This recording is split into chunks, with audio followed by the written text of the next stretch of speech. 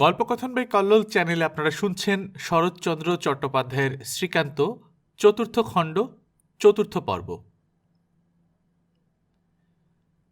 অনেক রাত্রি পর্যন্ত এমনি করিয়াই কাটিল এবং ঘুমাইব না বলিয়া বারবার সংকল্প করিলাম বলিয়াই বোধ করি কোন এক সময় ঘুমাইয়া পড়িলাম।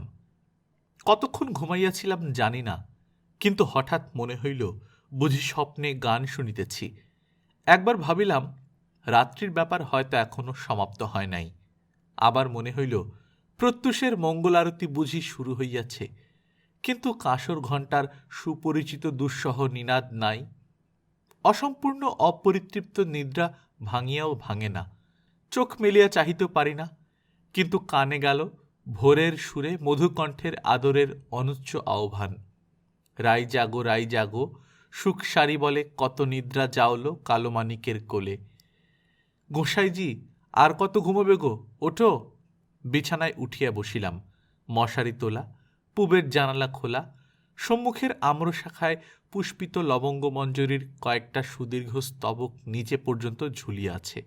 তাহারই ফাঁকে ফাঁকে দেখা গেল আকাশের কতকটা জায়গায় ফিকে রাঙার আভাস দেখা দিয়েছে। অন্ধকার রাতে সুদূর গ্রামান্তে আগুন লাগার মতো মনের কোথায় যেন একটুখানি ব্যথিত হইয়া ওঠে।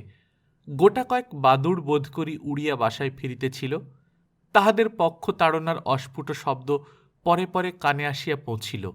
বোঝা গেল আর যাই হোক, রাত্রিটা শেষ হইতেছে। এটা দোয়েল, বুলবুল ও শ্যামা পাখির দেশ। হয়তোবা উহাদের রাজধানী কলিকাতা শহর, আর ওই বিরাট বকুল গাছটা তাহাদের লেনদেন কাজ কারবারের বড় বাজার। দিনের বেলায় ভিড় দেখিলে অবাক হইতে হয়। নানা চেহারা, নানা ভাষা, নানা রং বেরঙের পোশাক পরিচ্ছদের অতি বিচিত্র সমাবেশ। আর রাত্রে আখড়ার চতুর্দিকের বন জঙ্গলে ডালে ডালে তাহাদের অগণতি আড্ডা। ঘুম ভাঙার সারা শব্দ কিছু কিছু পাওয়া গেল। ভাবে বোধ হইল চোখে মুখে জল দিয়া তৈরি হইয়া লইতেছে। এইবার সমস্ত দিবসব্যাপী নাচ গানের মোৎসব শুরু হইবে। সবাই এরা লখনৌয়ের উস্তাদ। ক্লান্তও হয় না, কসরত থামায় না।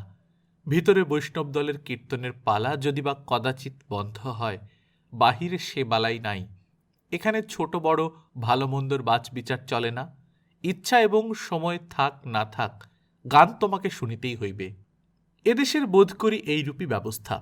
মনে পড়িল কাল সমস্ত দুপুর পেছনের বাঁশবনে গোটা দুই হরগৌরী পাখির চড়া গলার পিয়া পিয়া পিয়া ডাকের অবিশ্রান্ত প্রতিযোগিতায় আমার দিবানিদ্রার যথেষ্ট বিঘ্ন ঘটিয়াছিল, এবং সম্ভবত আমারই ন্যায় বিক্ষুব্ধ কোন একটা ডাহুক নদীর কলমি দলের উপর বসিয়া ততোধিক কঠিন কণ্ঠে ইহাদের বারবার তিরস্কার করিয়াও স্তব্ধ করিতে পারে নাই। ভাগ্য ভালো যে এদেশে ময়ূর মিলে না, নহিলে উৎসবের গানের আসরে তাহারা আসিয়া যোগ দিলে আর মানুষ টিকিতে পারিত না। সে যাই হোক, দিনের উৎপাত এখনো আরম্ভ হয় নাই। হয়তো আরেকটু নির্বিঘ্নে ঘুমাইতে পারিতাম, কিন্তু স্মরণ হইল গত রাত্রির সংকল্পের কথা। কিন্তু গা ঢাকা দিয়া সরিয়া পড়িবারও জো নাই। প্রহরীর সতর্কতায় মতলব ফাঁসিয়া গেল। রাগ করিয়া বলিলাম, আমি রায়ও নই, আমার বিছানায় শ্যামও নেই। দুপুর রাতে ঘুম ভাঙানোর কি দরকার ছিল বলো তো? বৈষ্ণবী কহিল, রাত কোথায় গোসাই? আজ যে তোমার ভোরের গাড়িতে কলকাতা যাবার কথা। মুখ হাত ধুয়ে এসো, আমি চা তৈরি করে আনি গে। কিন্তু স্নান করো না যেন, অভ্যেস নেই, অসুখ করতে পারে। বলিলাম, তা পারে, সকালের গাড়িতে যখন হোক আমি যাব, কিন্তু তোমার এত উৎসাহ কেন বলো তো? সে কহিল, আর কেউ ওঠার আগে আমি যে তোমাকে বড় রাস্তা পর্যন্ত পৌঁছে দিয়ে আসতে চাই গোসাই। স্পষ্ট করিয়া তাহার মুখ দেখা গেল না, কিন্তু ছড়ানো চুলের পানে চাহিয়া ঘরের এই অত্যল্প আলোকেও বোঝা গেল সেগুলি ভিজা। স্নান সারিয়া বৈষ্ণবী প্রস্তুত হইয়া লইয়াছে। জিজ্ঞাসা করিলাম, আমাকে পৌঁছে দিয়ে আশ্রমী আবার ফিরে আসবে তো? বৈষ্ণবী বলিল, হ্যাঁ। সেই ছোট টাকার থলিটি সে বিছানায় রাখিয়া দিয়া কহিল, এই তোমার ব্যাগ, এটা পথে সাবধানে রেখো। টাকাগুলো আরেকবার দেখে নাও। হঠাৎ মুখের কথা জোগাইল না। তারপরে বলিলাম, কমললতা, তোমার মিছে এই পথে আসা। একদিন নাম ছিল তোমার উষা, আজও সেই উষাই আছো। একটুও বদলাতে পারোনি। কেন বলো তো? তুমি বলো তো, কেন বললে আমায় টাকা গুনে নিতে? গুনে নিতে পারি বলে কি সত্যি মনে করো? যারা ভাবে একরকম, বলে অন্যরকম, তাদের বলে ভণ্ড। যাবার আগে বড় গোসাইজিকে আমি নালিশ জানিয়ে যাব, আঁকড়ার খাতা থেকে তোমার নামটা যেন তিনি কেটে দেন। তুমি বৈষ্ণব দলের কলঙ্ক। সে চুপ করিয়া রহিল। আমিও ক্ষণকাল মৌন থাকিয়া বলিলাম, আজ সকালে আমার যাবার ইচ্ছে নেই। নেই? তাহলে আরেকটু ঘুমো, উঠলে আমাকে খবর দিও, কেমন? কিন্তু এখন তুমি কি করবে? আমার কাজ আছে, ফুল তুলতে যাব। এই অন্ধকারে? ভয় করবে না? না, ভয় কিসের? ভোরের পুজোর ফুল আমি তুলে আনি, নইলে ওদের বড় কষ্ট হয়। ওদের মানে অন্যান্য বৈষ্ণবীদের। এই 2টা দিন এখানে থাকিয়া লক্ষ্য করিতেছিলাম যে সকলের আড়ালে থাকিয়া মঠের সমস্ত গুরুভারই কমললতা একাকী বহন করে। তাহার কর্তৃত্ব সকল ব্যবস্থায় সকলের পরেই, কিন্তু স্নেহে, সৌজন্যে ও সর্বোপরি সবিনয় কর্মকুশলতার এই কর্তৃত্ব এমন সহজ শৃঙ্খলায় প্রবহমান যে কোথাও ঈর্ষা বিদ্বেষের এতটুকু আবর্জনাও জমিতে পায় না। এই আশ্রম লক্ষ্মীটি আজ উৎকণ্ঠ ব্যাকুলতায় যাই যাই করিতেছে। এ যে কত বড় দুর্ঘটনা, কত বড় নিরুপায় দুর্গতিতে এতগুলি নিশ্চিন্ত নরনারী স্খলিত হইয়া পড়িবে, তাহা নিঃসন্দেহে উপলব্ধি করিয়া আমারও ক্লেশ বোধ হইল। এই মঠে মাত্র 2টি দিন আছি, কিন্তু কেমন যেন একটা আকর্ষণ অনুভব করিতেছি। ইহার আন্তরিক শুভাকাঙ্ক্ষা না করিয়াই যেন পারি না, এমনই মনোভাব। ভাবিলাম, লোকে মিছাই বলে সকলে মিলিয়া আশ্রম, এখানে সবাই সমান, কিন্তু একের অভাবে যে কেন্দ্রভ্রষ্ট উপগ্রহের মতো সমস্ত আয়তনই দিকবিদিক বিচ্ছিন্ন বিক্ষিপ্ত হইয়া পড়িতে পারে, তাহার চোখের উপরেই যেন দেখিতে পাইলাম। বলিলাম, আর শোভ না কমললতা, চলো তোমার সঙ্গে গিয়ে ফুল তুলে আনি গে। বৈষ্ণবী কহিল, তুমি স্নান করনি, কাপড় ছাড়নি, তোমার ছোঁয়া ফুলে পুজো হবে কেন? বলিলাম, ফুল তুলতে না দাও, ডাল নুইয়ে ধরতে দেবে তো, তাতেও তোমার সাহায্য হবে। বৈষ্ণবী বলিল, ডাল নোয়াবার দরকার হয় না, ছোট ছোট গাছ আমি নিজেই পারি। বলিলাম, অন্তত সঙ্গে থেকে 2টো সুখ দুঃখের গল্পও তো করতে পারবো, তাতেও তোমার শ্রম লঘু হবে। এবার বৈষ্ণবী হাসিল, কহিল, হঠাৎ বড় দরদ যে গোসাই। আচ্ছা চলো, আমি সাজিটা আনি গে, তুমি ততক্ষণ হাত মুখ ধুয়ে কাপড় ছেড়ে নাও। আশ্রমের বাহিরে অল্প একটু দূরে ফুলের বাগান, ঘন ছায়াচ্ছন্ন আমবনের ভিতর দিয়া পথ। শুধু অন্ধকারের জন্য নয়, রাশিকৃত শুকনো পাতায় পথের রেখা বিলুপ্ত। বৈষ্ণবী আগে, আমি পিছনে, তবু ভয় ভয় করিতে লাগিল পাছে সাপের ঘাড়ে পা দিই। বলিলাম, কমললতা, পথ ভুলবে না তো? বৈষ্ণবী বলিল, না, অন্তত তোমার জন্যও আজ পথ চিনে আমাকে চলতে হবে। একটা অনুরোধ রাখবে? কি অনুরোধ? তুমি এখান থেকে আর কোথাও চলে যেও না। গেলে তোমার লোকসান কি? জবাব দিতে পারিলাম না, চুপ করিয়া রহিলাম। বৈষ্ণবী বলিল, মুরারি ঠাকুরের একটি গান আছে, সখী হে ফিরিয়া আপন ঘরে যাও, জিয়ন্তে মরিয়া যে আপনা খাইয়াছে, তারে তুমি কি আর বুঝাও। গোসাই, বিকেলে তুমি কলকাতায় চলে যাবে, আজ একটা বেলার বেশি বোধহয় আর এখানে থাকতে পারবে না, না? বলিলাম, কি জানি, আগে সকালবেলাটা তো কাটুক। বৈষ্ণবী জবাব দিল না। একটু পরে গুনগুন করিয়া গাহিতে লাগিল, কহে চণ্ডীদাস শুনো বিনোদিনী, সুখ দুঃখ 2টি ভাই, সুখের লাগিয়া যে করে প্রীতি, দুঃখ যায় তারই ঠাঁই। থামিলে বলিলাম, তারপরে? তারপরে আর জানি নে। বলিলাম, তবে আরেকটা কিছু গাও। বৈষ্ণবী তেমনি মৃদুকণ্ঠে গাহিল, চণ্ডীদাস বাণী শুনো বিনোদিনী, প্রীতি না কহে কথা, প্রীতি লাগিয়া পরাণ ছাড়িলে প্রীতি মিলায় তথা। এবারেও থামিলে বলিলাম, তারপরে? বৈষ্ণবী কহিল, তারপরে আর নেই, এখানেই শেষ। শেষই বটে। দুজনেই চুপ করিয়া রহিলাম। ভারী ইচ্ছা করিতে লাগিল দ্রুত পদে পাশে গিয়া কিছু একটা বলিয়া এই অন্ধকার পথটা তাহার হাত ধরিয়া চলি। জানি সে রাগ করিবে না, বাধা দিবে না, কিন্তু কিছুতেই পাও চলিল না, মুখেও একটা কথা আসিল না। যেমন চলিতেছিলাম তেমনি ধীরে ধীরে নীরবে বনের বাহিরে আসিয়া পৌঁছিলাম। পথের ধারে বেড়া দিয়া ঘেরা আশ্রমের ফুলের বাগান, ঠাকুরের নিত্য পূজার যোগান দেয়। খোলা জায়গায় অন্ধকার আর নাই, কিন্তু ফর্সাও তেমন হয় নাই। তথাপি দেখা গেল অজস্র ফুটন্ত মল্লিকায় সমস্ত বাগানটা যেন সাদা হইয়া আছে। সামনের পাতা ঝরা ন্যাড়া চাঁপা গাছটায় ফুল নাই, কিন্তু কাছাকাছি কোথাও বোধ করি অসময়ে প্রস্ফুটিত গোটা কয়েক রজনীগন্ধার মধুর গন্ধে সে ত্রুটি পূর্ণ পাইয়াছে। আর সবচেয়ে মানেই আছে মাঝখানটায়। নিশান্তের এই ঝাপসা আলোতেও চেনা যায় শাখায় পাতায় জড়াজড়ি করিয়া গোটা ৫-৬ স্থলপদ্মের গাছ। ফুলের সংখ্যা নাই। বিকশিত সহস্র আরক্ত আঁখি মেলিয়া বাগানের সকল দিকে তাহারা চাহিয়া আছে। কখনো এত প্রত্যুষে শয্যা ছাড়িয়া উঠি না। এমন সময়টা চিরদিন নিদ্রাচ্ছন্ন জড়তায় অচেতনে কাটিয়া যায়। আজ কি যে ভালো লাগিল তাহা বলিতে পারি না। পূর্বে রক্তিম দিগন্তে জ্যোতির্ময়ের আভাস পাইতেছি। নিঃশব্দ মহিমায় সকল আকাশ শান্ত হইয়া আছে। আর ওই লতায় পাতায় শোভায় সৌরভে ফুলে ফুলে পরিব্যাপ্ত সম্মুখের উপবন সমস্ত মিলিয়া এ যেন নিঃশেষিত রাত্রির বাক্যহীন বিদায়ের অশ্রুরুদ্ধ ভাষা। করুণায়, মমতায় ও অযাচিত দাক্ষিণ্যে সমস্ত অন্তরটা আমার চক্ষুর নিমেষে পরিপূর্ণ হইয়া উঠিল। সহসা বলিয়া ফেলিলাম, কমললতা, জীবনে তুমি অনেক দুঃখ, অনেক ব্যথা পেয়েছ। প্রার্থনা করি এবার যেন সুখী হও। বৈষ্ণবী সাজিটা চাঁপা ডালে ঝুলাইয়া আগলের বাঁধন খুলিতেছিল। আশ্চর্য হইয়া ফিরিয়া চাহিল। হঠাৎ তোমার কি হল গোসাই? নিজের কথাটা নিজের কানেও কেমন খাপ ছাড়া ঠেকিয়াছিল। তাহার সবিস্ময় প্রশ্নে মনে মনে ভারী অপ্রতিভ হইয়া গেলাম। মুখে উত্তর জোগাইল না। লজ্জিতের আবরণ একটা অর্থহীন হাসির চেষ্টাও ঠিক সফল হইল না। শেষে চুপ করিয়া রহিলাম। বৈষ্ণবী ভিতরে প্রবেশ করিল। আমিও গেলাম সঙ্গে।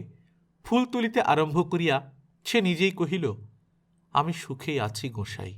যার পাদপদ্মে আপনাকে নিবেদন করে দিয়েছি, কখনো দাসীকে তিনি পরিত্যাগ করবেন না। সন্দেহ হইল কথার অর্থটা বেশ পরিষ্কার নয়, কিন্তু সুস্পষ্ট করিতে বলারও ভরসা হইল না। সে মৃদুগুঞ্জনে গাহিতে লাগিল, কালা মানিকের মালা গাঁথি নিব গলে, কানুগুণ যশ কানে পরিব কুণ্ডলে, কানু অনুরাগে রাঙা বসন পরিয়া, দেশে দেশে ভরমিব যোগিনী হইয়া। যদুনাথ দাস কহে, থামাইতে হইল। বলিলাম, যদুনাথ দাস থাক, ওদিকে কাঁসরের বাদ্যি শুনতে পাচ্ছ কি? ফিরবে না? সে আমার দিকে চাহিয়া মৃদু হাস্যে পুনরায় আরম্ভ করিল, ধরম করম যাওক তাহে না ডরাই, মনের ভরমে পাছে বধূরে হারাই। আচ্ছা নতুন গোসাই, জানো, মেয়েদের মুখের গান অনেক ভালো লোকে শুনতে চায় না, তাদের ভারী খারাপ লাগে। বলিলাম, জানি, কিন্তু আমি অতটা ভালো বর্বর নই। তবে বাধা দিয়ে আমাকে থামালে কেন? ওদিকে হয়তো আরতি শুরু হয়েছে, তুমি না থাকলে যে তার অঙ্গহানি হবে। এটি মিথ্যে ছলনা গোসাই। ছলনা হবে কেন? কেন তা তুমিই জানো, কিন্তু এ কথা তোমাকে বললে কে? আমার অভাবে ঠাকুরের সেবায় সত্যি অঙ্গহানি হতে পারে, এ কি তুমি বিশ্বাস করো? করি। আমাকে কেউ বলেনি কমললতা, আমি নিজের চোখে দেখেছি। সে আর কিছু বলিল না। কি একরকম অন্য মানুষের মতো ক্ষণকাল আমার মুখের পানে চাহিয়া রহিল। তারপর ফুল তুলিতে লাগিল।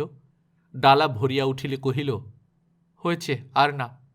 স্থলপদ্ম তুললে না? না, ও আমরা তুলিনি, ওইখান থেকে ঠাকুরকে নিবেদন করে দিই। চলো এবার যাই। আলো ফুটিয়াছে, কিন্তু গ্রামের একান্তে এই মঠ। এদিকে বড় কেহ আসে না। তখনও পথ ছিল জনহীন, এখনও তেমনি। চলিতে চলিতে এক সময় আবার সেই প্রশ্নই করিলাম, তুমি কি এখান থেকে সত্যিই চলে যাবে? বারবার এই কথা জেনে তোমার কি হবে গোসাই? এবারেও জবাব দিতে পারিলাম না। শুধু আপনাকে আপনি জিজ্ঞাসা করিলাম, সত্যি কেন বারবার এই কথা জানতে চাই? জানিয়া আমার লাভ কি? মঠে ফিরিয়া দেখা গেল ইতিমধ্যে সবাই জাগিয়া উঠিয়া প্রাত্যহিক কাজে নিযুক্ত হইয়াছে। তখন কাঁসরের শব্দে ব্যস্ত হইয়া বৈষ্ণবীকে বৃথা তাড়া দিয়াছিলাম। অবগত হইলাম তাহা মঙ্গল আরতির নয়, সে শুধু ঠাকুরদের ঘুম ভাঙানোর বাদ্য। এ তাদেরই সয়। দুজনকে অনেকেই চাহিয়া দেখিল, কিন্তু কাহারও চাহনিতে কৌতূহল নাই। শুধু পদ্মার বয়স অত্যন্ত কম বলিয়া সেই কেবল একটুখানি হাসিয়া মুখ নিচু করিল। ঠাকুরদের সে মালা গাঁথে।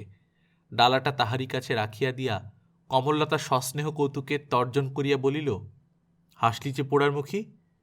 সে কিন্তু আর মুখ তুলিল না। কমললতা ঠাকুর ঘরে গিয়া প্রবেশ করিল, আমিও আমার ঘরে গিয়া ঢুকিলাম। স্নানাহার যথারীতি এবং যথাসময়ে সম্পন্ন হইল। বিকেলের গাড়িতে আমার যাবার কথা। বৈষ্ণবীর সন্ধান করিতে গিয়া দেখি সে ঠাকুর ঘরে ঠাকুর সাজাইতেছে।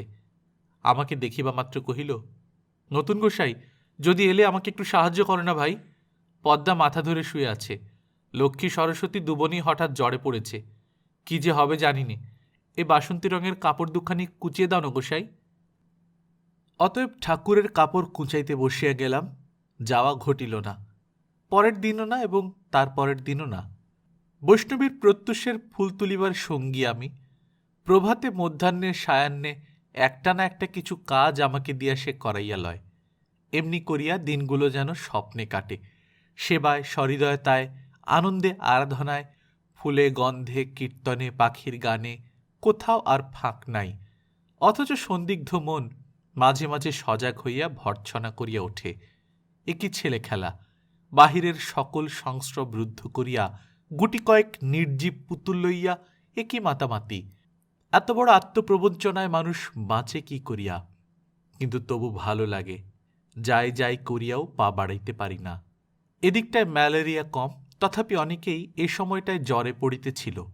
গহর একটি দিন মাত্র আসিয়াছিল, আর আসে নাই। তাহারও খোঁজ লইবার সময় করিয়া উঠিতে পারি নাই। এ আমার হইয়াছে ভালো। সহসা মনের ভিতরটা ভয় ও ধিক্কারে পরিপূর্ণ হইয়া উঠিল। এ আমি করিতেছি কি?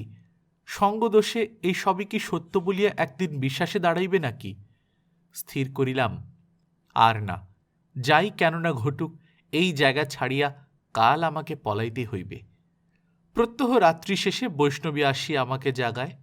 ভোরের সুরে বৈষ্ণব কবিদের ঘুম ভাঙানোর গান, ভক্তি ও ভালোবাসার সে কি সকরুণ আবেদন।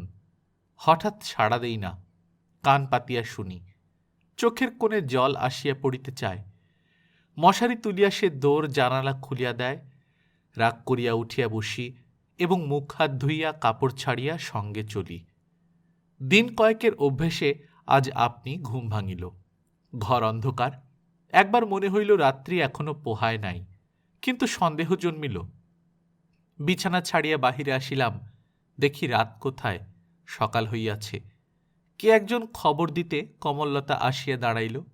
এমন অস্নাত অপ্রস্তুত চেহারা তাহার পূর্বে দেখি নাই। সভয়ে জিজ্ঞাসা করিলাম, তোমার অসুখ নাকি? সে ম্লান হাসিয়া কহিল, আজ তুমি জিতেছ গোসাই। কিসে বলো তো? শরীরটা আজ তেমন ভালো নেই, সময়ে উঠতে পারিনি। তবে আজ ফুল তুলতে গেল কে? উঠানের ধারে আধমরা একটা টগর গাছে সামান্য কয়েকটা ফুল ছিল, তাহাই দেখাইয়া কহিল, এবেলা যা করে হোক ওতেই চলে যাবে। কিন্তু ঠাকুরের গলার মালা? মালা আজ তাদের পরাতে পারব না। শুনিয়া মন কেমন করিয়া উঠিল, সেই নির্জীব পুতুলগুলার জন্যেই। বলিলাম, স্নান করে আমি তুলে এনে দিই। তা যাও, কিন্তু এত ভোরে নাইতে পারবে না, অসুখ করবে। জিজ্ঞাসা করিলাম, বড় গোসাইজিকে দেখছি না কেন? বৈষ্ণবী কহিল, তিনি তো এখানে নেই, পরশু নবদ্বীপে গেছেন তার গুরুদেবকে দেখতে। কবে ফিরবেন? সে তো জানিনি গোসাই। মঠে এতদিন থাকিয়াও বৈরাগী দারিকদাসের সহিত ঘনিষ্ঠতা হয় নাই। কতকটা আমার নিজের দোষে, কতকটা তাহার নির্লিপ্ত স্বভাবের জন্য। বৈষ্ণবীর মুখে শুনিয়া ও নিজের চোখে দেখিয়া জানিয়াছি, এ লোকটির মধ্যে কপটতা নাই, অনাচার নাই, আর নাই মাস্টারি করিবার ঝোঁক। বৈষ্ণব ধর্মগ্রন্থ লইয়া অধিকাংশ সময় তাহার নির্জন ঘরের মধ্যে কাটে।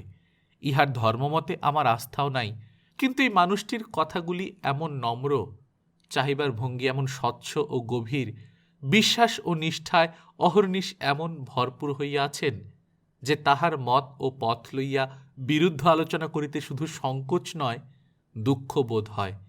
আপনি বোঝা যায় যে এখানে তর্ক করিতে যাওয়া একেবারে নিষ্ফল। একদিন সামান্য একটুখানি যুক্তির অবতারণা করায় তিনি হাসি মুখে এমন নীরবে চাহিয়া রহিলেন যে কুণ্ঠায় মুখেও আর কথা রহিল না। তারপর হইতে তাহাকে সাধ্যমতো এড়াইয়া চলিয়াছি। তবে একটা কৌতূহল ছিল, এমন নারী পরিবৃত থাকিয়া নিরবচ্ছিন্ন রসের অনুশীলনে নিমগ্ন হইয়াও চিত্তের শান্তি ও দেহের নির্মলতা অক্ষুণ্ণ রাখিয়া চলার রহস্য। ইচ্ছা ছিল যাইবার পূর্বে তাহাকে জিজ্ঞাসা করিয়া যাইব, কিন্তু সে সুযোগ এ যাত্রায় বোধ করি আর মিলিল না। মনে মনে বলিলাম, আবার যদি কখনো আসা হয় তো তখন দেখা যাইবে। বৈষ্ণবের মঠেও বিগ্রহমূর্তি সচরাচর ব্রাহ্মণ ব্যতীত অন্যে স্পর্শ করিতে পারে না, কিন্তু এই আশ্রমে সে বিধি ছিল না। ঠাকুরের বৈষ্ণব পূজারী একজন বাহিরে থাকে, সে আসিয়া যথারীতি আজও পূজা করিয়া গেল, কিন্তু ঠাকুরের সেবার ভার আজ অনেকখানি আসিয়া পড়িল আমার পরে। বৈষ্ণবী দেখাইয়া দেয়, আমি করি সব, কিন্তু রহিয়া রহিয়া সমস্ত অন্তর তিক্ত হইয়া ওঠে। এ কি পাগলামি আমাতে পাইয়া বসিতেছে। তথাপি আজও যাওয়া বদ্ধ রহিল। আপনাকে বোধহয় এই বলিয়া বুঝাইলাম যে এতদিন এখানে আছি, এই বিপদে ইহাদের ফেলিয়া যাইব কি রূপে। সংসারে কৃতজ্ঞতা বলিয়াও তো একটা কথা আছে। আরও 2 দিন কাটিল, কিন্তু আর না। কমললতা সুস্থ হইয়াছে, পদ্মা ও লক্ষ্মী সরস্বতী 2 বোনই সারিয়া উঠিয়াছে। দ্বারিকাদাস গত সন্ধ্যায় ফিরিয়াছেন, তাহার কাছে বিদায় লইতে গেলাম। গোসাইজি কহিলেন, আজ যাবে গোসাই? আবার কবে আসবে? সে তো জানি নে। কমললতা কিন্তু কেঁদে কেঁদে সারা হয়ে যাবে। আমাদের কথাটা এর কানেও গেছে জানিয়া মনে মনে অত্যন্ত বিরক্ত হইলাম। কহিলাম, সে কাঁদতে যাবে কিসের জন্যে? গোসাইজি একটু হাসিয়া কহিলেন, তুমি জানো না বুঝি? না, ওর স্বভাবই এমনি, কেউ চলে গেলে ওর শোকে যেন সারা হয়ে যায়। কথাটা আরও খারাপ লাগিল। বলিলাম, যার স্বভাব শোক করা সে করবেই, আমি তাকে থামাবো কি দিয়ে? কিন্তু বলিয়াই তাহার চোখের পানে চাহিয়া ঘাড় ফিরাইয়া দেখিলাম আমার পিছনে দাঁড়াইয়া কমললতা।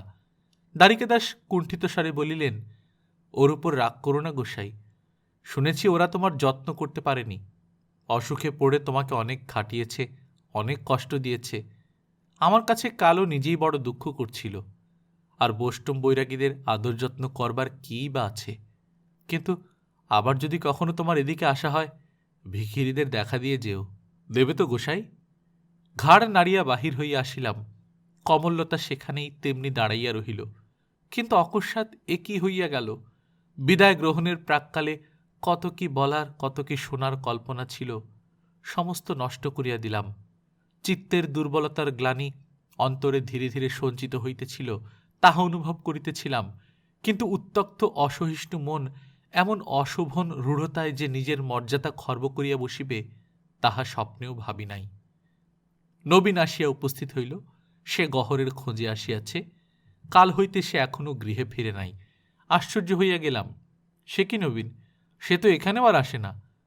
নবীন বিচলিত হইল না, বলিল, তবে বোধহয় কোন বনে বাদারে ঘুরছে, নাওয়া খাওয়া বন্ধ করেছে। এইবার কখন সাপে কামড়ানোর খবরটা পেলেই নিশ্চিন্তে হওয়া যায়। তার সন্ধান তো করা দরকার নবীন। দরকার তো জানি, কিন্তু খুঁজব কোথায়? বনে জঙ্গলে ঘুরে ঘুরে নিজের প্রাণটা তো আর দিতে পারি না বাবু। কিন্তু তিনি কোথায়? একবার জিজ্ঞাসা করে যেতে চাই যে। তিনিটা কে? ওই যে কমলীলতা। কিন্তু সে জানবে কি করে নবীন? সে জানে না, সব জানে। আর বিতর্ক না করিয়া উত্তেজিত নবীনকে মঠের বাহিরে লইয়া আসিলাম। বলিলাম, সত্যি কমললতা কিছুই জানে না নবীন। নিজে অসুখে পড়ে 3-4 দিন সে আখড়ার বাইরেও যায়নি। নবীন বিশ্বাস করিল না, রাগ করিয়া বলিল, জানে না? ও সব জানে। বৈষ্ণবী কি মন্তর জানে, ও পারে নাকি? কিন্তু পড়তো একবার নগ্নের পাল্লায়, ওর চোখ মুখ ঘুরিয়ে কেত্তন করা বার করে দিতুম। বাপের অতগুলো টাকা ছোঁড়া যেন ভেলকিতে উড়িয়ে দিলে। তাহাকে শান্ত করার জন্য কহিলাম, কমললতা টাকা নিয়ে কি করবে নবীন? বৈষ্ণব মানুষ, মঠে থাকে, গান গেয়ে 2টো ভিক্ষে করে ঠাকুর দেবতার সেবা করে, দুবেলা দুমুঠো খাওয়া বই তো নয়। ওকে টাকার কাঙাল বলে তো আমার বোধ হয় না নবীন। নবীন কতকটা ঠান্ডা হইয়া বলিল, ও নিজের জন্যে নয় তা আমরাও জানি। দেখলে যেন ভদ্র ঘরের মেয়ে বলে মনে হয়, তেমনি চেহারা, তেমনি কথাবার্তা। বড় বাবাজিটা লোভী নয়, কিন্তু একপাল পুষ্যি রয়েছে যে, ঠাকুর সেবার নাম করে তাদের যে লুচি, মন্ডা, ঘি, দুধ নিত্যি চাই। নয়ন চক্রবর্তীর মুখে কানাঘুষে শুনেছি আখড়ার নামে 20 বিঘে জমি নাকি খরিদ হয়ে গেছে। কিছুই থাকবে না বাবু, যা আছে সব বৈরাগীদের পেটে গিয়ে একদিন ঢুকবে। বলিলাম, হয়তো গুজব সত্যি নয়, কিন্তু সে পক্ষে তোমাদের নয়ন চক্রবর্তী তো কম নয় নবীন। নবীন সহজেই স্বীকার করিয়া কহিল, সে ঠিক, বিটলে বামুন মস্ত ধড়িবাজ। কিন্তু বিশ্বাস না করি কি করে বলুন? সেদিন খামোকা আমার ছেলেদের নামে 10 বিঘে জমি দানপত্র করে দিলে। অনেক মানা করলুম, শুনলে না। বাপ বহুত রেখে গেছে মানি, কিন্তু বিলোলে কদিন বাবু? একদিন বললে কি জানেন, বললে আমরা ফকিরের বংশ, ফকিরি আমার তো কেউ ঠকিয়ে নিতে পারবে না, শুনুন কথা। নবীন চলিয়া গেল। একটা বিষয় লক্ষ্য করিলাম, আমি কিসের জন্য যে এতদিন মঠে পড়িয়াছি এ কথা সে জিজ্ঞাসাও করিল না। জিজ্ঞাসা করিলেই যে কি বলিতাম জানি না, মনে মনে লজ্জা পাইতাম। তাহার কাছে আরও একটা খবর পাইলাম, কাল কালিদাসবাবুর ছেলের ঘটা করিয়া বিবাহ হইয়া গিয়াছে। ২৭ তারিখটা আমার খেয়াল ছিল না।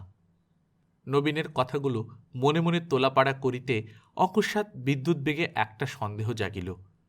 বৈষ্ণবী কিসের জন্য চলিয়া যাইতে চায়? সেই ভুরুওয়ালা কদাকার লোকটার কণ্ঠী বদল করা স্বামিত্বের হাঙ্গামার ভয়ে কদাচ নয়, এ গহর। এখানে আমার থাকার সম্বন্ধে তাই বোধ করি বৈষ্ণবী সেদিন কৌতুকে বলিয়াছিল, আমি ধরে রাখলে সে রাগ করবে না গোসাই, রাগ করবার লোক সে নয়, কিন্তু কেন সে আর আসে না? হয়তোবা নিজের মনে মনে কি কথা সে ভাবিয়া লইয়াছে। সংসারে গহরের আসক্তি নাই, আপন বলিতেও কেহ নাই, টাকা করে বিষয় আশয় সে যেন বিলাইয়া দিতে পারিলেই বাঁচে। ভালো যদি সে বাসিয়াও থাকে, মুখ ফুটিয়া কোনোদিন হয়তো সে বলিবেও না কোথাও, পাছে কোনো অপরাধ স্পর্শে। বৈষ্ণবিহা জানে, সেই অনতিক্রম্য বাধায় চিরনিরুদ্ধ প্রণয়ের নিষ্ফল চিত্তদাহ হইতে এই শান্ত আত্মভোলা মানুষটিকে অব্যাহতি দিতেই বোধ করি কমললতা পলাইতে চায়। নবীন চলিয়া গেছে। বকুলতলার সেই ভাঙা বেদিটার উপর একলা বসিয়া ভাবিতেছি। ঘড়ি খুলিয়া দেখিলাম ৫টার গাড়ি ধরিতে গেলে দেরি আর করা চলে না। কিন্তু প্রতিদিন না যাওয়াটাই এমনি অভ্যাসে দাঁড়াইয়াছিল যে ব্যস্ত হইয়া উঠিব কি, আজও মন পিছু হটিতে লাগিল। যেখানেই থাকি পুঁটুর বৌভাতে অন্নগ্রহণ করিয়া যাইব কথা দিয়াছিলাম। নিরুদ্দিষ্ট গহরের তত্ত্ব লওয়া আমার কর্তব্য। এতদিন অনাবশ্যক অনুরোধ অনেক মানিয়াছি, কিন্তু আজ সত্যকার কারণ যখন বিদ্যমান তখন মানা করিবার কেহ নাই। দেখি পদ্মা আসিতেছে, কাছে আসিয়া কহিল, তোমাকে দিদি একবার ডাকছে গোসাই। আবার ফিরিয়া আসিলাম। প্রাঙ্গণে দাঁড়াইয়া বৈষ্ণবী কহিল, কলকাতার বাসায় পৌঁছতে তোমার রাত হবে নতুন গোসাই, ঠাকুরের প্রসাদ দুটি সাজিয়ে রেখেছি, ঘরে এসো। প্রত্যহের মতোই সযত্ন আয়োজন। বসিয়া গেলাম। এখানে খাবার জন্য পীড়াপিড়ি করার প্রথা নাই, আবশ্যক হইলে চাহিয়া লইতে হয়, উচ্ছিষ্ট ফেলিয়া রাখা চলে না। যাবার সময় বৈষ্ণবী কহিল, নতুন গোসাই আবার আসবে তো? তুমি থাকবে তো? তুমি বলো আমাকে কতদিন থাকতে হবে? তুমিও বলো কতদিন আমাকে আসতে হবে? না, সে তোমাকে আমি বলবো না। না বলো, অন্য একটা কথার জবাব দেবে বলো। এবার বৈষ্ণবী একটুখানি হাসিয়া কহিল, না, সেও তোমাকে আমি বলবো না। তোমার যা ইচ্ছে হয় ভাবগে গোসাই, একদিন আপনি তার জবাব পাবে। অনেকবার মুখে আসিয়া পড়িতে চাহিল, আজ আর সময় নেই কমললতা, কাল যাব, কিন্তু কিছুতেই এ কথা বলা গেল না। চললাম। পদ্মা আসিয়া দাঁড়াইল। কমললতার দেখা দেখি সেও হাত তুলিয়া নমস্কার করিল। বৈষ্ণবী তাহাকে রাগ করিয়া বলিল, হাত তুলে নমস্কার কিরে পোড়ার মুখী, পায়ের ধুলো নিয়ে প্রণাম কর। কথাটায় যেন চমক লাগিল। তাহার মুখের পানে চাহিতে গিয়া দেখিলাম সে তখন আরেক দিকে মুখ ফিরাইয়াছে। আর কোনো কথা না বলিয়া তাহাদের আশ্রম ছাড়িয়া তখন বাহির হইয়া আসিলাম। আজ অবেলায় কলিকাতার বাসার উদ্দেশ্যে যাত্রা করিয়া বাহির হইয়াছি। তারপরে এর চেয়েও দুঃখময় বর্মায় নির্বাসন। ফিরিয়া আসিবার হয়তো আর সময়ও হইবে না, প্রয়োজনও ঘটিবে না। হয়তো এই যাওয়াই শেষের যাওয়া। গনিয়া দেখিলাম আজ 10 দিন। 10টা দিন জীবনের কতটুকুই বা। তথাপি মনের মধ্যে সন্দেহ নাই, 10 দিন পূর্বে যে আমি এখানে আসিয়াছিলাম এবং যে আমি আজ বিদায় লইয়া চলিয়াছি, তাহারা এক নয়। অনেকেই শখেদে বলিতে শুনিয়াছি, অমুক যে এমন হইতে পারে তাহা কে ভাবিয়াছে। অর্থাৎ অমুকের জীবনটা যেন সূর্যগ্রহণ চন্দ্রগ্রহণের মতো, তাহার অনুমানের পাঁজিতে লেখা নির্ভুল হিসাব। গরমিলটা শুধু অভাবিত নয়, অন্যায়, যেন তাহার বুদ্ধির আঁক কষার বাইরে দুনিয়ার আর কিছু নাই। জানেও না সংসারে কেবল বিভিন্ন মানুষই আছে তাই নয়, একটা মানুষই যে কত বিভিন্ন মানুষে রূপান্তরিত হয় তাহার নির্দেশ খুঁজিতে যাওয়া বৃথা। এখানে একটা নিমেষেও তীক্ষ্ণতায় তীব্রতায় সমস্ত জীবনকেও অতিক্রম করতে পারে। সোজা রাস্তা ছাড়িয়া বন বাদারের মধ্য দিয়া এপথ ওপথ ঘুরিয়া ঘুরিয়া স্টেশনে চলিয়াছিলাম, অনেকটা ছেলেবেলায় পাঠশালে যাবার মতো।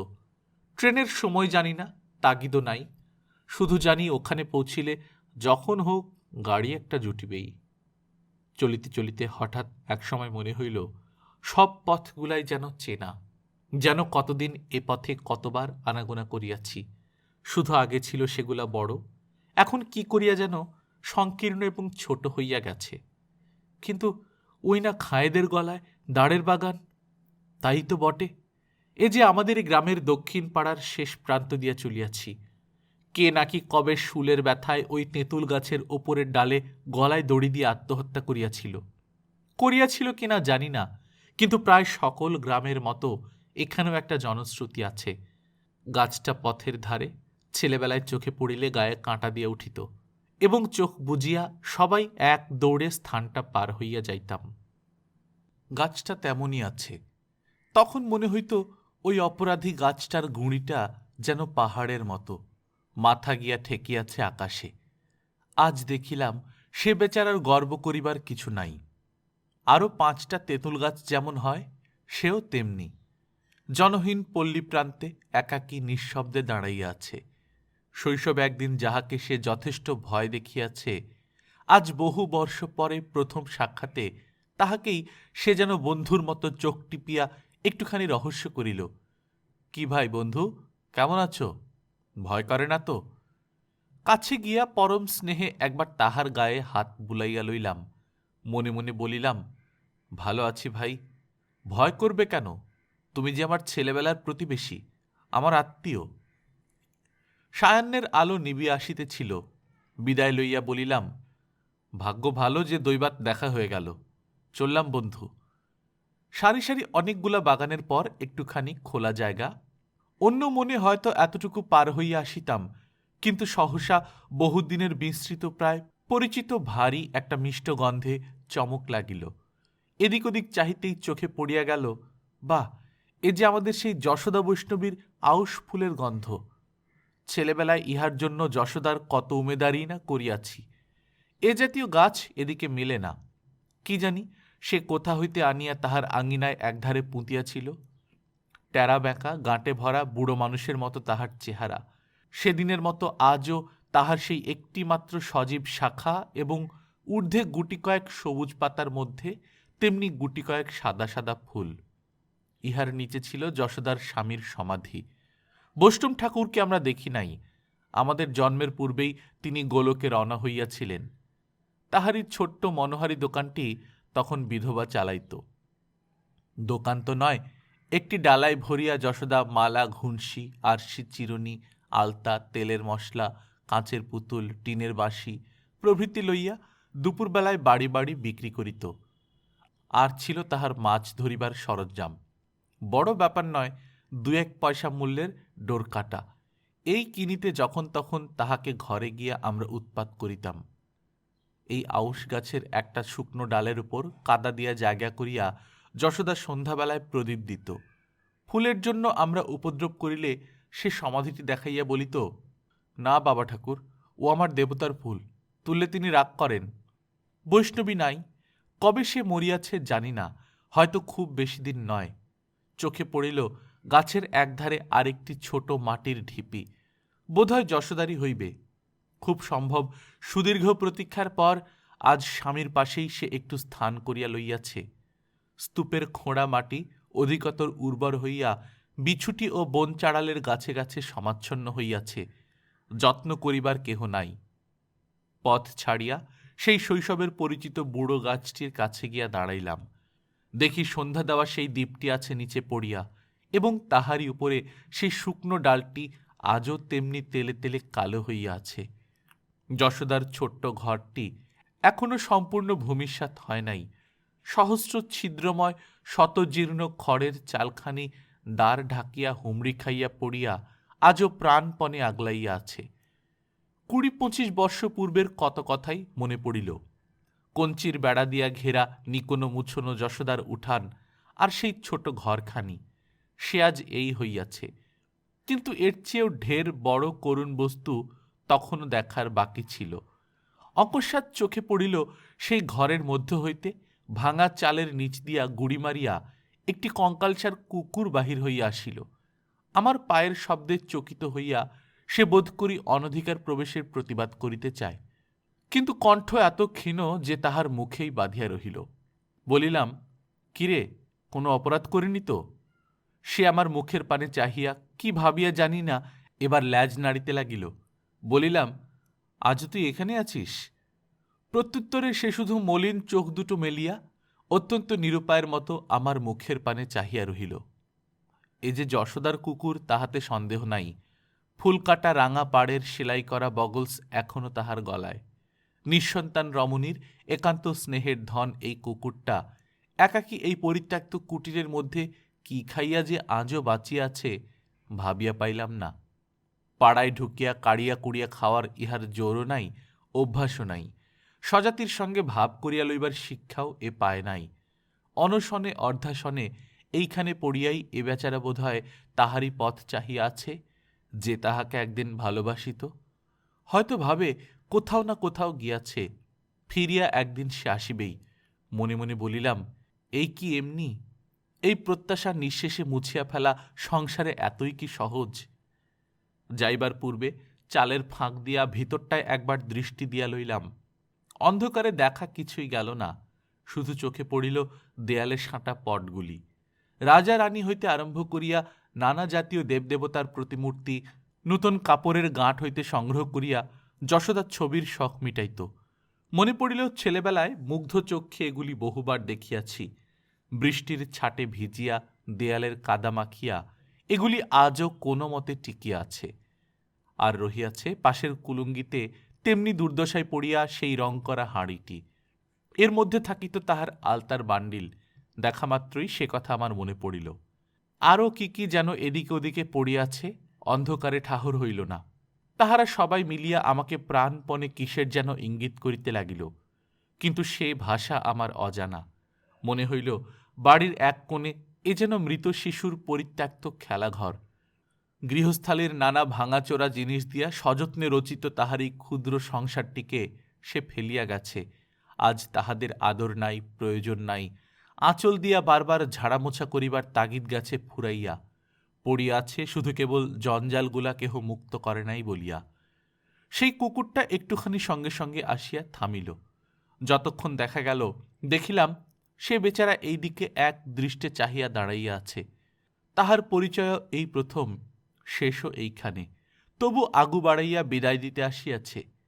আমি চলিয়াছি কোন বন্ধুহীন লক্ষ্যহীন প্রবাসে, আর সে ফিরিবে তাহার অন্ধকার নিরালা ভাঙা ঘরে। এই সংসারে পথ চাহিয়া প্রতীক্ষা করিতে উভয়েরই কেহ নাই। বাগানটার শেষে সে চোখের আড়ালে পড়িল, কিন্তু মিনিট পাঁচেকের এই অভাগা সঙ্গীর জন্য বুকের ভিতরটা হঠাৎ হুহু করিয়া কাঁদিয়া উঠিল। চোখের জল আর সামলাইতে পারি না, এমনি দশা। চলিতে চলিতে ভাবিতেছিলাম কেন এমন হয়। আর কোনো একটা দিনে এইসব দেখিয়া হয়তো বিশেষ কিছু মনে হইত না, কিন্তু আজ আপন অন্তরাকাশী নাকি মেঘের ভারে ভারাতুর, তাই ওদের দুঃখের হাওয়ায় তাহারা অজস্র ধারায় ফাটিয়া পড়িতে চায়। স্টেশনে পৌঁছিলাম, ভাগ্য সুপ্রসন্ন, তখনই গাড়ি মিলিল। কলিকাতার বাসায় পৌঁছিতে অধিক রাত্রি হইবে না। টিকিট কিনিয়া উঠিয়া বসিলাম।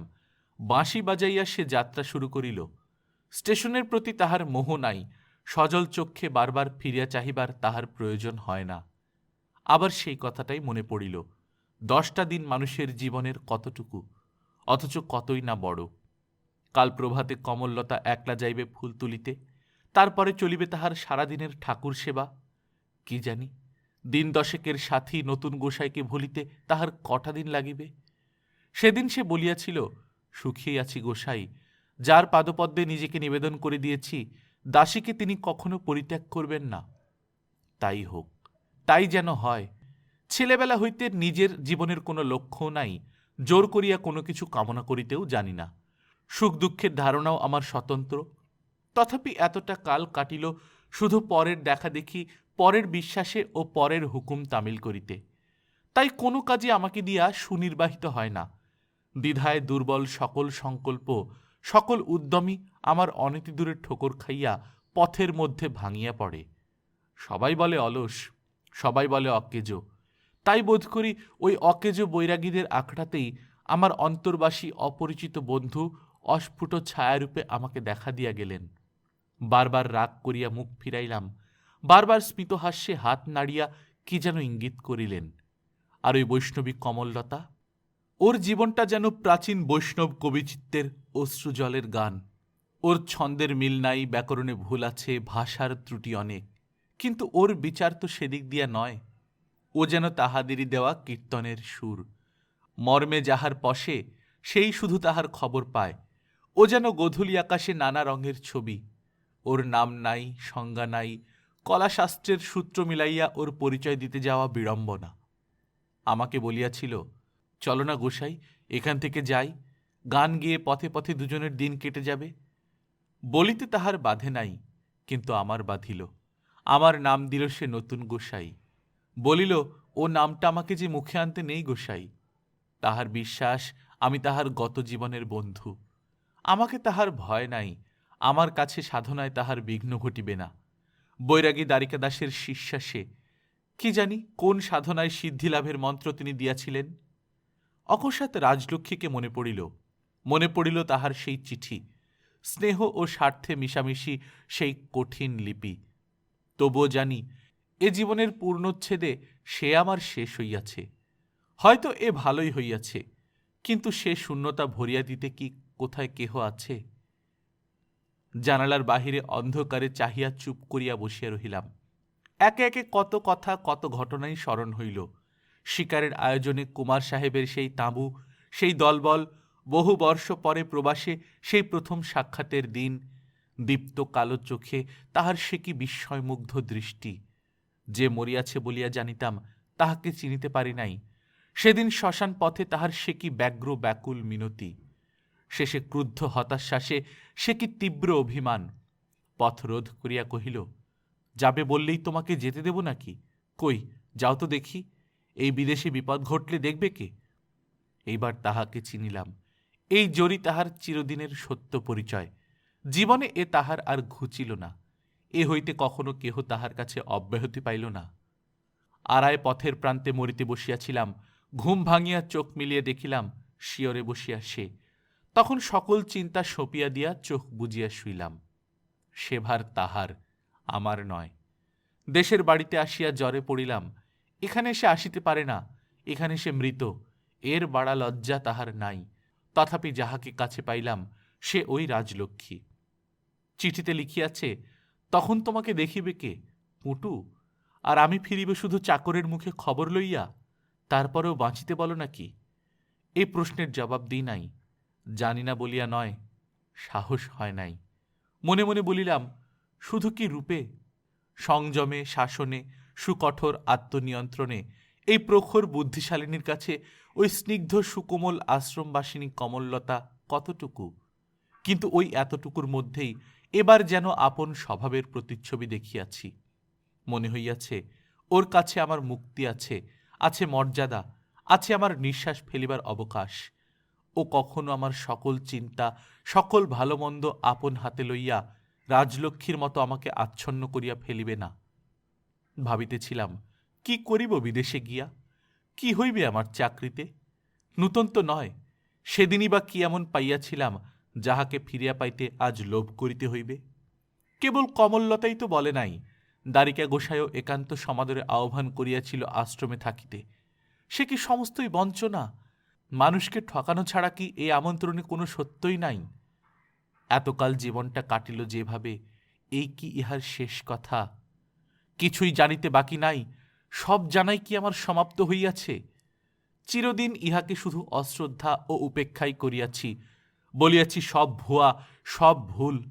কিন্তু কেবলমাত্র অবিশ্বাস ও উপহাসকেই মূলধন করিয়া সংসারে বৃহৎ বস্তু কে কবে লাভ করিয়াছে? গাড়ি আসিয়া হাওড়া স্টেশনে থামিল। স্থির করিলাম, রাত্রিটা বাসায় থাকিয়া জিনিসপত্র যা কিছু আছে, দেনা পাওনা যা কিছু বাকি, সমস্তই চুকাইয়া দিয়া কালই আবার আশ্রমে ফিরিয়া যাইব। রহিল আমার চাকরি, রহিল আমার বর্মা যাওয়া। বাসায় পৌঁছিলাম। রাত্রি তখন 10টা। আহারের প্রয়োজন ছিল, কিন্তু উপায় ছিল না। হাত মুখ ধুইয়া কাপড় ছাড়িয়া বিছানাটা ঝাড়িয়া লইতেছিলাম, পিছনে সুপরিচিত কণ্ঠের ডাক আসিল, বাবু এলেন? সবিস্ময়ে ফিরিয়া চাহিলাম। রতন, কখন এলি রে? এসেছি সন্ধ্যাবেলায়, বারান্দায় তোফা হাওয়া, আলিশিতে একটুখানি ঘুমিয়ে পড়েছিলুম। বেশ করেছিলে। খাওয়া হয়নি তো? আজ্ঞে না। তবেই দেখছি মুশকিলে ফেললি রতন। রতন জিজ্ঞাসা করিল, আপনার? স্বীকার করিতে হইল, আমারও হয় নাই। রতন খুশি হইয়া কহিল, তবে তো ভালোই, আপনার প্রসাদ পেয়ে রাতটুকু কাটিয়ে দিতে পারব। মনে মনে বলিলাম, ব্যাটা নাপতে বিনয়ের অবতার, কিছুতেই অপ্রতিভা হয় না। মুখে বলিলাম, তাহলে কাছাকাছি কোনো দোকানে খুঁজে দেখ, যদি প্রসাদের জোগাড় করে আনতে পারিস। কিন্তু শুভাগমন হলো কিসের জন্যে? আবার চিঠি আছে নাকি? রতন কহিল, আগে না, চিঠি লেখালেখিতে অনেক ভজকট, যা বলবার তিনি মুখেই বলবেন। তার মানে আমাকে আবার যেতে হবে নাকি? আগে না, মা নিজে এসেছেন। শুনিয়া অত্যন্ত ব্যস্ত হইয়া পড়িলাম। এই রাত্রে কোথায় রাখি, কি বন্দোবস্ত করি, ভাবিয়া পাইলাম না। কিন্তু কিছু তো একটা করা চাই। জিজ্ঞাসা করিলাম, এসে পর্যন্ত কি ঘোড়ার গাড়িতেই বসে আছেন নাকি? রতন হাসিয়া কহিল, মা সেই মানুষই বটে। না বাবু, আমরা 4 দিন হলো এসেছি। এই 4টে দিনই আপনাকে দিনরাত পাহারা দিচ্ছি, চলুন। কোথায়, কত দূরে? দূরে একটু বটে, কিন্তু আমার গাড়ি ভাড়া করা আছে, কষ্ট হবে না। অতএব আরেক দফা জামাকাপড় পরিয়া দরজায় তালা বন্ধ করিয়া যাত্রা করিতে হইল। শ্যামবাজারে কোন এক গলির মধ্যে একখানি দোতলা বাড়ি, সুমুখে প্রাচীর ঘেরা একটুখানি ফুলের বাগান। রাজলক্ষ্মীর বুড়া দারোয়ান দ্বার খুলিয়াই আমাকে দেখিতে পাইল। তাহার আনন্দের সীমা নাই। ঘাড় নাড়িয়া মস্ত নমস্কার করিয়া জিজ্ঞাসা করিল, আচ্ছা বাবুজি? বলিলাম, হ্যাঁ তুলসীদাস, ভালো আছি, তুমি ভালো আছো? প্রত্যুত্তরে সে তেমনি আরেকটা নমস্কার করিল। তুলসী মুঙ্গের জেলার লোক, জাতিতে কুর্মী, ব্রাহ্মণ বলিয়া আমাকে সে বরাবর বাংলা রীতিতে পা ছুঁইয়া প্রণাম করে। আরেকজন হিন্দুস্তানি চাকর আমাদের শব্দ সাড়ায় বোধ করি সেইমাত্র ঘুম ভাঙিয়াছে। রতনের প্রচণ্ড তাড়ায় সে বেচারা উদ্ভ্রান্ত হইয়া পড়িল। অকারণে অপরকে ধমক দিয়া রতন এ বাড়িতে আপন মর্যাদা বহাল রাখে। বলিল, এসে পর্যন্ত কেবল ঘুম মারছ আর রুটি সাঁটছ বাবা, তামাকটুকু পর্যন্ত সেজে রাখতে পারোনি? যাও জলদি। এ লোকটি নূতন, ভয়ে ছোটাছুটি করিতে লাগিল। ওপরে উঠিয়া সম্মুখের বারান্দা পার হইয়া একটিখানি বড় ঘর, গাছের উজ্জ্বল আলোকে আলোকিত, আগাগোড়া কার্পেট পাতা, তাহার উপরে ফুল কাটা জাজিম ও গোটা 2 তাকিয়া, কাছেই আমার বহু ব্যবহৃত অত্যন্ত প্রিয় গুড়গুড়িটি এবং ইহারই অদূরে সযত্নে রাখা আমার জরির কাজ করা মখমলের চটি। এটি রাজলক্ষ্মীর নিজের হাতে বোনা, পরিহাস ছলে আমার একটা জন্মদিনে সে উপহার দিয়াছিল। পাশের ঘরটিও খোলা, এ ঘরেও কেহ নাই। খোলা দরজার ভিতর দিয়া উঁকি দিয়া দেখিলাম, একধারে নূতন কেনা খাটের উপর বিছানা পাতা, আরেক ধারে তেমনি নূতন আলনায় সাজানো শুধু আমারই কাপড় জামা। গঙ্গা মাটিতে যাইবার পূর্বে এগুলি তৈরি হইয়াছিল, মনেও ছিল না, কখনো ব্যবহারেও লাগে নাই। রতন ডাকিল, মা, যাই বলিয়া সাড়া দিয়া রাজলক্ষ্মীর সম্মুখে আসিয়া দাঁড়াইল। পায়ের ধুলা লইয়া প্রণাম করিয়া বলিল, রতন, তামাক নিয়ে আয় তো বাবা, তোকেও একদিন অনেক কষ্ট দিলুম। কষ্ট কিছুই নয় মা, সুস্থ দেহে ওকে যে বাড়ি ফিরিয়ে আনতে পেরেছি, এই আমার ঢের। এই বলিয়া সে নিচে নামিয়া গেল। রাজলক্ষ্মীকে নূতন চোখে দেখিলাম, দেহে রূপ ধরে না। সেদিনের পিয়ারিকে মনে পড়িল। শুধু কয়েকটা বছরের দুঃখ শোকের ঝড় জলে স্নান করিয়া যেন সে নবকলেবর ধরিয়া আসিয়াছে। এই দিন চারেকের নূতন বাড়িটার বিলি ব্যবস্থায় বিস্মিত হই নাই, কারণ তাহার একটা বেলার গাছতলার বাসাও সুশৃঙ্খলায় সুন্দর হইয়া ওঠে। কিন্তু রাজলক্ষ্মী আপনাকে আপনি যেন এই কদিনেই ভাঙিয়া গড়িয়াছে। আগে সে অনেক গহনা পরিত, মাঝখানে সমস্ত খুলিয়া ফেলিল, যেন সন্ন্যাসিনী। আজ আবার পরিয়াছে, গোটা কয়েক মাত্র, কিন্তু দেখিয়া মনে হইল সেগুলা অতিশয় মূল্যবান। অথচ পরনের কাপড়খানা দামি নয়, সাধারণ মিলের শাড়ি, 8 পৌরে, ঘরে পরিবার। মাথার আঁচলের পাড়ের নিচ দিয়া ছোট চুল গালের আশেপাশে ঝুলিতেছে। ছোট বলিয়াই বোধহয় তাহারা শাসন মানে নাই। দেখিয়া অবাক হইয়া রহিলাম। রাজলক্ষ্মী বলিল, কি অত দেখছ? দেখছি তোমাকে। নতুন নাকি? তাই তো মনে হচ্ছে। আমার কি মনে হচ্ছে জানো? না, মনে হচ্ছে রতন তামাক নিয়ে আসবার আগেই আমার হাত দুটো তোমার গলায় জড়িয়ে দিই। দিলে কি করবে বলো তো? বলিয়াই হাসিয়া উঠিল, কহিল, ছুঁড়ে ফেলে দেবে না তো? আমিও হাসি রাখিতে পারিলাম না। বলিলাম, দিয়েই দেখো না। কিন্তু এত হাসি, সিদ্ধি খেয়েছ নাকি? সিঁড়িতে পায়ের শব্দ পাওয়া গেল। বুদ্ধিমান রতন একটু জোর করিয়াই পা ফেলিয়া উঠিতেছিল। রাজলক্ষ্মী হাসি চাপিয়া চুপি চুপি বলিল, রতন আগে যাক, তারপর তোমাকে দেখাচ্ছি সিদ্ধি খেয়েছি না আর কিছু খেয়েছি। কিন্তু বলিতে বলিতেই তাহার গলা হঠাৎ ভারী হইয়া উঠিল। কহিল, এই অজানা জায়গায় 4-5 দিন আমাকে একলা রেখে তুমি পুটুর বিয়ে দিতে গিয়েছিলে? জানো রাত দিন আমার কি করে কেটেছে? হঠাৎ তুমি আসবে তা জানবো কি করে? হ্যাঁ গো হ্যাঁ, হঠাৎ বই কি, তুমি সব জানতে, শুধু আমাকে জব্দ করার জন্যই চলে গিয়েছিলে। রতন আসিয়া তামাক দিল, বলিল, কথা আছে মা, বাবুর প্রসাদ পাব, ঠাকুরকে খাবার আনতে বলে দেব। রাত 12টা হয়ে গেল। 12টা শুনিয়া রাজলক্ষ্মী ব্যস্ত হইয়া উঠিল। ঠাকুর পারবে না বাবা, আমি নিজে যাচ্ছি, তুই আমার শোবার ঘরে একটা জায়গা করে দে। খাইতে বসিয়া আমার গঙ্গামাটির শেষের দিনগুলোর কথা মনে পড়িল। তখন এই ঠাকুর ও এই রতনই আমার খাবার তত্ত্বাবধান করিত। তখন রাজলক্ষ্মীর খোঁজ লইবার সময় হইত না। আজ কিন্তু ইহাদের দিয়া চলিবে না, রান্নাঘরে তাহার নিজের যাওয়া চাই। কিন্তু এইটাই তাহার স্বভাব, ওটা ছিল বিকৃতি। বুঝিলাম, কারণ যাহাই হোক আবার সে আপনাকে ফিরিয়া পাইয়াছে। খাওয়া সাঙ্গ হইলে রাজলক্ষ্মী জিজ্ঞাসা করিল, মুটুর বিয়ে কেমন হলো? বলিলাম, চোখে দেখিনি, কানে শুনেছি ভালোই হয়েছে। চোখে দেখনি? এতদিন তবে ছিলে কোথায়? বিবাহের সমস্ত ঘটনা খুলিয়া বলিলাম। শুনিয়া সে ক্ষণকাল গালে হাত দিয়া থাকিয়া কহিল, অবাক করলে, আসবার আগে পুটুকে কিছু একটা যৌতুক দিও এলে না? সে আমার হয়ে তুমি দিও। রাজলক্ষ্মী বলিল, তোমার হয়ে কেন, নিজের হয়েই মেয়েটাকে কিছু পাঠিয়ে দেব। কিন্তু ছিলে কোথায় বললে না? বলিলাম, মুরারিপুরে বাবাজিদের আখড়ার কথা মনে আছে? রাজলক্ষ্মী কহিল, আছে বই কি, বৈষ্ণবীরা ওখান থেকেই তো পাড়ায় পাড়ায় ভিক্ষে করতে আসতো। ছেলেবেলার কথা আমার খুব মনে আছে, সেইখানেই ছিলাম। শুনিয়া যেন রাজলক্ষ্মীর গায়ে কাঁটা দিল।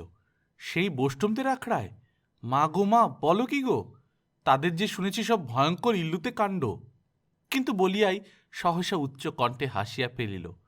শেষে মুখে আঁচল চাপিয়া কহিল, তা তোমার অসাধ্যি কাজ নেই। আড়াই যে মূর্তি দেখেছি, মাথায় জট পাকানো, গাময় রুদ্রাক্ষীর মালা, হাতে পেতলের বালা, সে অপরূপ। কথা শেষ করিতে পারিল না, হাসিয়া লুটাইয়া পড়িল।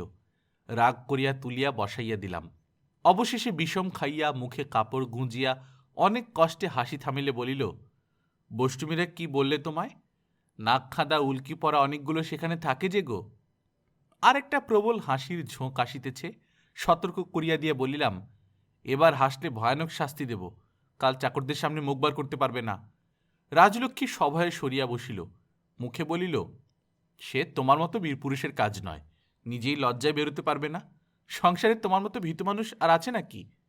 বলিলাম, কিছুই জানো না লক্ষ্মী, তুমি অবজ্ঞা করলে ভীতু বলে, কিন্তু সেখানে একজন বৈষ্ণবী বলতো আমাকে অহংকারী, দাম্ভিক। কেন, তার কি করেছিলে? কিছুই না, সে আমার নাম দিয়েছিল নতুন গোসাই। বলতো, গোসাই, তোমার মতো উদাসীন বৈরাগী মনের চেয়ে দাম্ভিক মন পৃথিবীতে আর দুটি নেই। রাজলক্ষ্মীর হাসি থামিল, কহিল, কি বললে সে? বললে, এরকম উদাসীন বৈরাগী মনের মানুষের চেয়ে দাম্ভিক ব্যক্তি দুনিয়ায় আর খুঁজে মেলে না। অর্থাৎ আমি কিনা দুর্ধর্ষ বীর, ভীতু মোটেই নই। রাজলক্ষ্মীর মুখ গম্ভীর হইল, পরিহাসে কানও দিল না, কহিল, তোমার উদাসী মনের খবর সে মাগি পেল কি করে? বলিলাম, বৈষ্ণবীর প্রতি ওরূপ অশিষ্ট ভাষা অতিশয় আপত্তিকর। রাজলক্ষ্মী কহিল, তা জানি, কিন্তু তিনি তোমার নাম তো দিলেন নতুন গোসাই, তার নামটি কি? কমললতা। কেউ কেউ রাগ করে কমলীলতাও বলে। বলে ও জাদু জানে, বলে ওর কীর্তন গানে মানুষ পাগল হয়, সে যা চায় তাই দেয়। তুমি শুনেছ? শুনেছি, চমৎকার। ওর বয়স কত? বোধহয় তোমার মতোই হবে, একটু বেশিও হতে পারে। দেখতে কেমন? ভালো, অন্তত মন্দ বলা চলে না।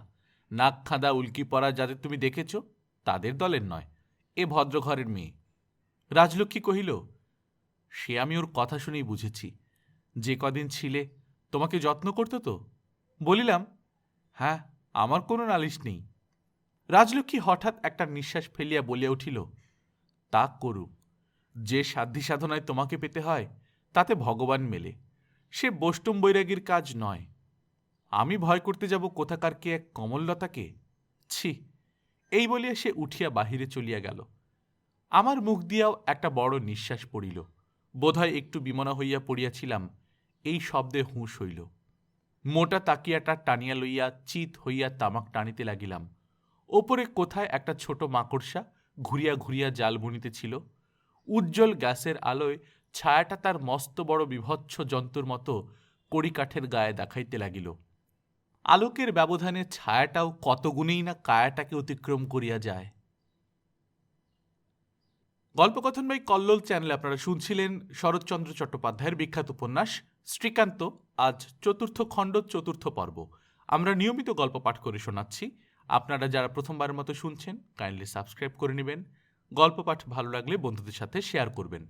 নিজে ভালো থাকবেন, আশেপাশের লোকজনকে ভালো রাখবেন। টাটা।